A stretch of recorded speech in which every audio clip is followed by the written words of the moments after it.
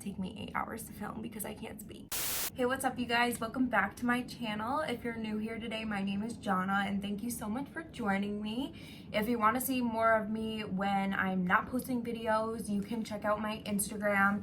I post a lot of the same kind of content that I post on here on Instagram. So if you like fashion and lifestyle, you can go and follow me over there. I always leave my link down in the description, and I'll also put my handle up on the screen here so you can check me out over there. So a lot of you guys wanted to see this video. As you can see from the title, I'm just going to be showing you guys and giving you guys some tips and tricks on how I take my Instagram photos and how you guys can do the same type of thing to make your Instagram look a little cooler, a little nicer, whatever you're going for. So I'm just gonna go over a few different topics and tell you guys how I personally take my Instagram pictures. So the first thing I want to talk about with you guys is establishing a theme for your account. And depending on what kind of stuff you post, you're gonna pick a color scheme that you like. And since I post mostly things based around my clothing, I chose colors that I know I wear frequently because that's going to be easiest to keep up with. And if you look at my Instagram, you see that I post a lot of blacks, whites, blues, and tans. So with that being said, you would never see me wearing something neon while continuing this theme. And then the backgrounds of your pictures matter too. I try to find backgrounds that are more neutral. Like for instance, I would never take a picture in front of like a hot pink or a lime green wall because that just wouldn't make sense for the color scheme that I've got going on. So if you want your feed to match and look nice, you're gonna wanna stick to one specific color scheme. The next two topics I want to talk about kind of tie into one another, and they're both very stylistic things. So basically, I'm going to talk about lighting and filters and presets. So with lighting, if you want your Instagram to be more like moody and like dark, then obviously you're not going to take pictures in broad daylight in really bright places. But for me personally, that's something I like. Whenever I go out and shoot, I always go out on a day that it's really sunny. I usually take pictures from around like 3 to 6 p.m. I think the lighting looks best at that time. And I always go for having direct sunlight in my face because that's just how I like my pictures to look. I just think that looks really pretty and it gives you like a glow. So lighting, of course, is totally up to you. It's a stylistic thing. And same thing with a filter or preset. But with filters and presets, you're gonna want to use the same filter or preset on every single one of your pictures, because if you're using one filter on one picture and then another filter on another picture, it's not gonna match. I'm gonna use some VSCO filters as an example. There are some that really saturate colors and make your pictures look really bright. And then there's some that tone down the colors and just make your pictures look really dull. Obviously, you wouldn't put a really bright picture and a really dull picture on the same feed. It just wouldn't match. So you're gonna wanna pick a filter and stick to that one.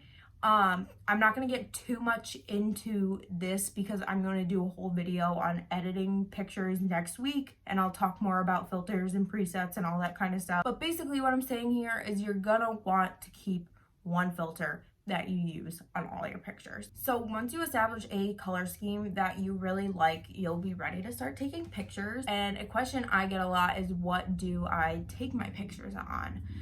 All of my pictures on Instagram, except for like a couple, have been taken on my iPhone. I do have the iPhone XS, so the camera quality on that is really good and is great for taking pictures like I do. I do have a camera, but I'm not really comfortable using that to take my Instagram pictures, and it's also just easier taking it on my phone.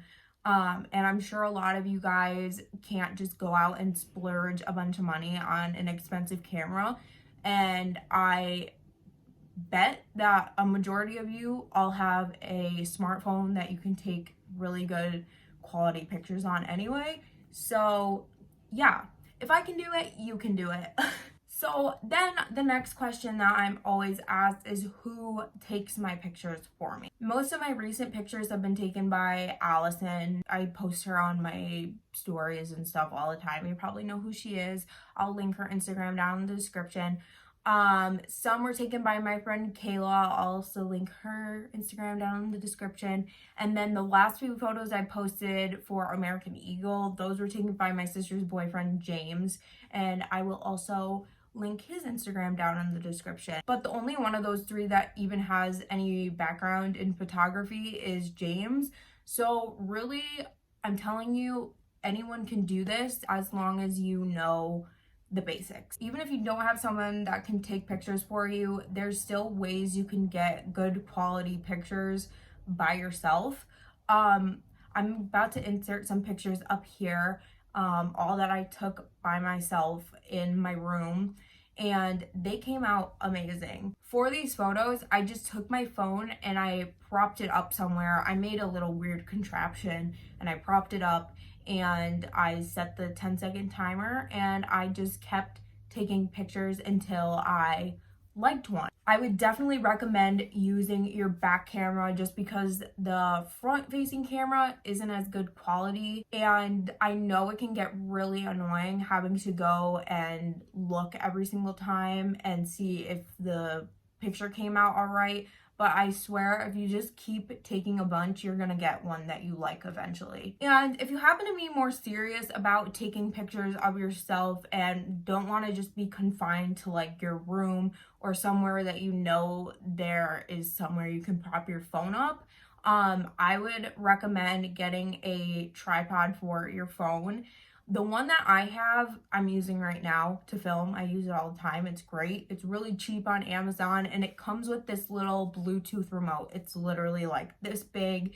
You connect it to your phone and you can just snap a bunch of pics away from the camera, which is really convenient because you don't have to keep going from where you're taking pictures back to your camera, back to where you're taking pictures, back to your camera to press the button. So I highly recommend getting this. I think it was like $23. I will link that down in the description as well. But this is really good to have if you want to go out in public and you don't have someone to take pictures of you. I understand that this can be really like nerve-wracking, and like people are assholes. They might look at you weird for taking pictures of yourself, but like if you're confident enough to do it, because your pictures will come out great. The next thing I want to talk about is how I find locations to shoot. This is another stylistic thing, and like I talked about earlier in the video, I try to find backgrounds that are very neutral and will match my color scheme. So you'll want to do this too. I also tend to choose locations that are more city-like because it wouldn't really make sense for me to take pictures in like nature where it's like really green and all that kind of stuff. Like for example, I would probably never post a picture of me on a hike because the mountains just wouldn't really match the theme I've got going on. So again, location is entirely up to you and what you want your Instagram to look like. Once you figure out what kind of location you want, you can search up places around you that might be cute to take pictures at. So usually what I do is I go on Instagram and search a location that is near me or wherever I've been thinking about taking pictures. So say I was gonna go take pictures in Albany for a day.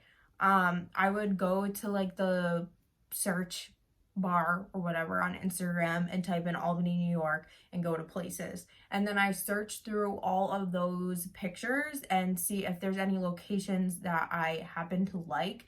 And if I do, I try to figure out exactly where it is. And then I will jot that down so I can take pictures there for the next time that I shoot. If you want to get pictures like I have on my Instagram, I've taken a lot of pictures in parking garages. You could literally find any building with a solid background, and then like city buildings are also a good place to take pictures, or like city streets, whatever. So the next and last thing that I'm going to talk about in this video today is posing. A lot of people ask me how I pose in my photos, and honestly, this can be a really uncomfortable thing for people that don't get in front of the camera a lot. and I know it was really uncomfortable for me the first few times I did like photo shoots with people. I was like, I literally have no idea what I'm doing. But if I can recommend anything, I would just say to keep moving and ask the person that is taking pictures of you, if you have someone taking pictures with you, if that pose looks stupid or not. Basically, that's what I do. I just move around and I'm like, does this look okay? And if it does, we'll stop and I'll stay in that pose for a few pictures and then I'll go to another pose. I am really bad at explaining like how I pose, I guess. So if anyone is interested, I think I'm just gonna make like a Pinterest board on like good poses for Instagram photos, and that's another thing I will link down in my description. I think honestly it's easier to like learn visually for stuff like that. If someone was like telling me how to pose, I wouldn't be able to do it. I'm more of a visual learner, so that's what I'm going to show you guys. And what else did I want to say? Oh, someone asked me like what kind of facial expressions I do, and I guess it really depends on like the mood of the photo. If I want to look cute, I'll do like cute smiling pictures. If not, I'll do like the smize face, like kind of like sexy eyes, you know, all that kind of stuff. I can also make a Pinterest board for that kind of stuff if you guys are interested, but I am really bad at explaining like how I do everything. It just becomes easier the more you take pictures. Like you'll get a hang of it and you'll know what works for you and what doesn't.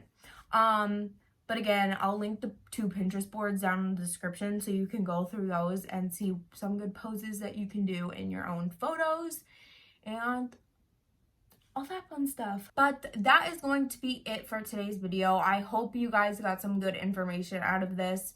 And I think I'm also going to post a little behind the scenes of my last photo shoot so you guys can see how I do things when I'm out in the wild taking pictures. But yeah, if you like this video, please give it a thumbs up and subscribe to my channel. And I will see you guys next week. Bye. You never know what's around the next corner.